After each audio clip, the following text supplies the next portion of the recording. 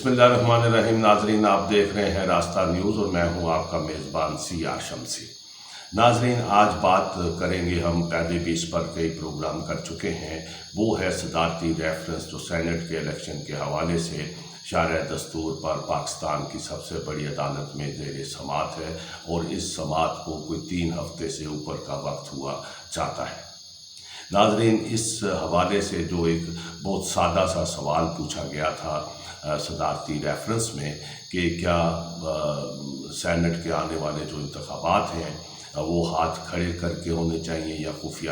رائے شماری سے ہونے چاہیے. اس حوالے سے آئینی ماہرین کی آراء بالکل سامنے آ چکی ہیں، لیکن جب یہ بحث شروع ہوئی تو اس وقت خالد جاوید جو اٹارنی جنرل ہیں اور سابق وزیر قانون محترم ND خان کے صاحبزادے ہیں، اور اگر ہم ND خان صاحب کی بات کریں تو ان کی جمہوریت کے لیے، آئین کے لیے ایک طویل جدوجہد ہے، اور وہ پاکستان پیپلز پارٹی کے ساتھ ان کے جو ایک جدوجہد کا سفر ہے، اور خاص طور پر جمہوریت کے لیے اور آئین کی بالادستی کے لیے ان کی جدوجہد یا ان کی جو آدرش تھے یا ان کے جو خیالات ہیں وہ کسی سے ڈھکے چھپے نہیں، اور ان کو ہمیشہ ایک مثبت انداز میں یاد رکھا جاتا ہے. ان کے صاحبزادے ہیں اٹارنی جنرل. حالات کا جبر دیکھیے کہ ان کے صاحبزادے جو ہیں وہ اسی آئین کو چیلنج کر رہے ہیں جو ان کے والد جس پارٹی سے وابستہ تھے اور جس پارٹی نے 1973 کا یہ آئین تخلیق کیا تھا. ناظرین، جو 14-15 دن جو خالد جاوید صاحب نے اپنے آرگومنٹ کیے، اس میں انہوں نے آئینی اور قانونی پہلوؤں کو ایک طرف رکھتے ہوئے یہ تاثر دینے کی کوشش کی کہ جمہوریت ایک گدلی ہے، وہاں کرپشن ہوتی ہے، وہاں لوگ بکتے ہیں، سینٹ کے الیکشن میں قیمتیں لگتی ہیں، اور یہ ایک ایسا شور اٹھا. اور ظاہر ہے کہ اس پہ جو موجودہ حکومت ہے اس کا بھی بہت بڑا اس پہ انہوں نے ایک اپنا بیانیہ جو عرصے سے چلا آ رہا ہے. خود وزیر اعظم پاکستان نے جب یہ کہا کہ اس بار جو سینٹ کے ممبران کی قیمت ہے وہ 70 کروڑ تک پہنچ چکی ہے، جس پر ظاہر ہے کہ سپریم کورٹ بھی اسی معاشرے کا حصہ ہے. انہوں نے اس نقطے کو لے کر بار بار اصرار کیا کہ کیسے کرپشن کو روکا جائے، سینٹ کے الیکشن میں دھاندلی کو کیسے روکا جائے، خرید و فروخت کو کیسے روکا جائے. اور اس حوالے سے الیکشن کمیشن کو بھی طلب کیا گیا. چیف الیکشن کمشنر خود عدالت میں آئے، حالانکہ وہ بھی ایک آئینی ادارہ ہے، لیکن اس معاملے میں ان کو بھی طلب کیا گیا اور اصرار کیا گیا کہ وہ نقطہ بتائیں، کوئی فارمولہ بتائیں کہ کیسے سینٹ کے الیکشن شفاف ہو سکتے ہیں. لیکن الیکشن کمیشن کی جانب سے بڑے خوشگوار حیرت ہے مجھے، کیونکہ میں نے بہت سے الیکشن کمیشن دیکھے ہیں کہ اس بار الیکشن کمیشن کا لہجہ بدلا ہوا تھا، اور انہوں نے بڑے دو ٹوک انداز میں جو آئین کہتا ہے اس حوالے سے تحریری جواب جمع کرایا. ابھی الیکشن کمیشن کے وکیل کی باری نہیں آئی کہ وہ دلائل دیتے، لیکن جو ان کی طرف سے تحریری جواب جمع ہو چکا ہے اس میں انہوں نے بالکل واضح الفاظ میں کہا ہے کہ آئین میں خفیہ رائے شماری کا طریقہ ہے اور اسی پر الیکشن ہوں گے، تا وقت کہ اس قانون میں 2/3 میجارٹی کے ساتھ ترمیم نہیں کر دی جاتی. ناظرین، معاملے کا یہ ایک پہلو ہے، لیکن جو خالد جاوید صاحب نے اور خود عدالت کا جو ریمارکس آتے رہے اس سے بھی ایسا لگا کہ عدالت اس حوالے سے جو بنیادی نقطہ ہے اس سے ہٹ کر ایک نئی گفتگو کر رہی ہے. گرچہ اس کے پیچھے سوچ جتنی بھی اچھی ہو، لیکن جو زیر بحث مقدمہ ہے اس کا اس سے کوئی تعلق نہیں تھا. کرپشن کا جو ظاہر ناصور ہے ہمارے معاشرے میں، اس پہ بات ہو رہی ہے، بڑے تسلسل کے ساتھ ہو رہی ہے، بلکہ کئی دہائیوں سے ہو رہی ہے اور خاص مواقع پر جاری رہتی ہے. یہ الگ بات ہے کہ اس کا آج تک کوئی نتیجہ سامنے نہیں آیا، سوائے اس کے کہ اس الزام کی آڑ میں مخالفین کو انتقام کا نشانہ بنایا جائے. بات دور نکل جائے گی. ناظرین، میں بات کر رہا تھا پروفیسر ND خان کے صاحبزادے خالد جاوید، بیرسٹر خالد جاوید کی، اور جو آج اس بحث کا جو رخ بدلا تھا اس کا آغاز تو اسی دن ہو گیا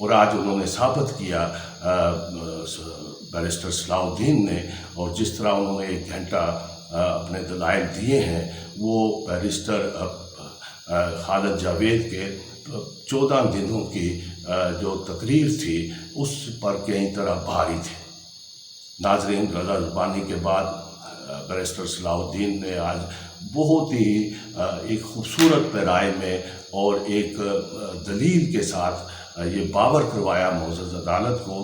کہ یہ جو جمہوریت ہوتی ہے، جو ایک آزادانہ رائے ہوتی ہے کسی کی، اس کو آپ قید نہیں کر سکتے، نہ ہی اس کو آپ بے نقاب کر سکتے ہیں۔ اور انہوں نے ہاتھ کھڑے کرنے کے مضمرات بھی عدالت میں بیان کیے، اور جو خفیہ رائے شماری یا ووٹ کی جو رائے کا تحفظ ہے، یا جو اس کے پیچھے ایک سوچ ہے انسانی ذہن کی آزادی کی، کہ سیاست جو ہوتی ہے وہ ایک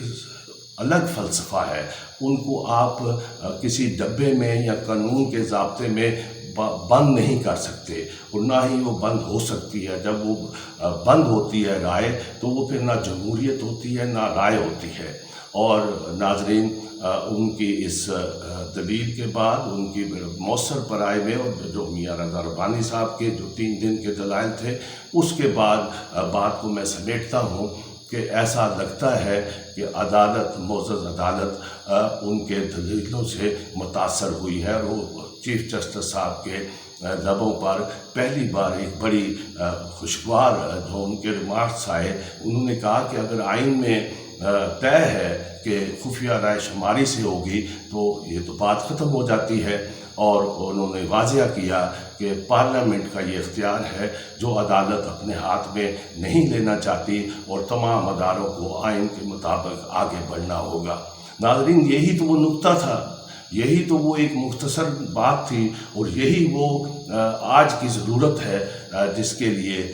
ساری بحث ہو رہی ہے، یا مسائل ہیں یا بحرانوں کا جو محور ہے، وہ یہی ہے کہ خرابی اس وقت ہوتی ہے کہ جب ادارے آئین میں دیے گئے اپنے اختیار سے تجاوز کرتے ہیں۔ ناظرین، اگر یہ آج ایک خوشگوار جھونکا آیا ہے شاعرہ دستور سے، تو یہ اس کا خیر مقدم بھی کیا جا رہا ہے، اور خیر مقدم کیا جانا چاہیے، تاکہ ملک ایک آئین ضابطے کے مطابق آگے بڑھ سکے۔ فیصلہ کیا ہوتا ہے ہم اس وقت بات نہیں کر سکتے، لیکن مطیع اللہ جان جو سینئر صحافی ہیں اور سپریم کورٹ کور کرتے ہیں، آج انہوں نے اپنے پروگرام میں ایک بڑی خوبصورت اور اہم بات کی کہ یہ 3 ہفتوں سے زائد جو بحث ہے، یہ دلیل اور غلیل کے درمیان ایک بحث لگتی ہے، اور آج لگتا ہے کہ دلیل جو ہے، دلائل جو ہیں، وہ جیتتے نظر آئے ہیں، ان کا اثر ہوتا نظر آیا ہے، اور معزز ججز کے جو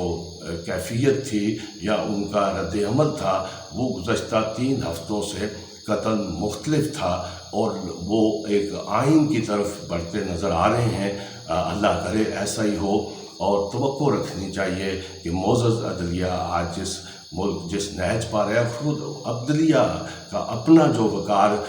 جس داؤ پر ہے، اس سے وہ سرخرو ہو کر نکلے گی، اور غلیل کے مقابلے میں دلیل جیتے گی، اور اس کا ہی حق ہے۔ ناظرین، آج اتنا ہی، اس پہ جو بھی مزید فیصلہ آئے گا، ہم اس